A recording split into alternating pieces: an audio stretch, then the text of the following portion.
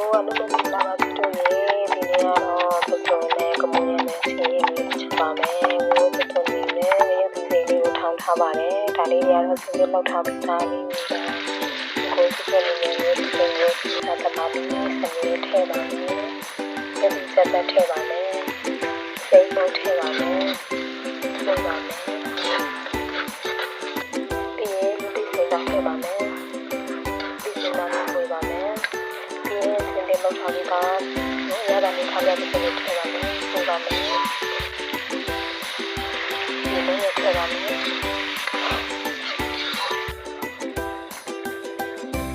ကမွေးနဲ့လေးချူထားပြီးသားလေးနဲ့ထည့်ပါမယ်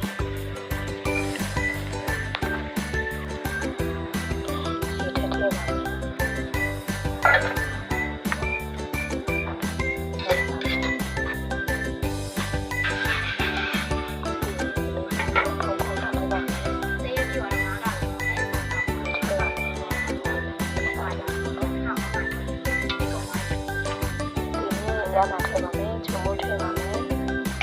ခဏမို့ထည့်ပါမယ်ခဏမို့ထ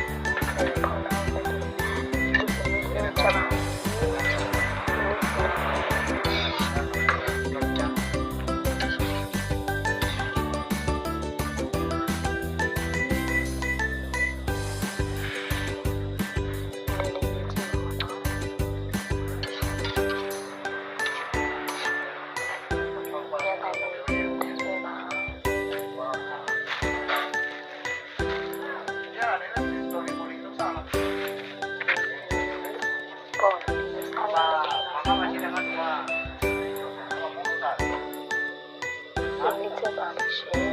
တနေ့ချူချူပေးတာလို့ကျေးဇူးတင်ပါတယ်နောက်ဗီဒီယိုမှာတွေ့မယ်ရှင်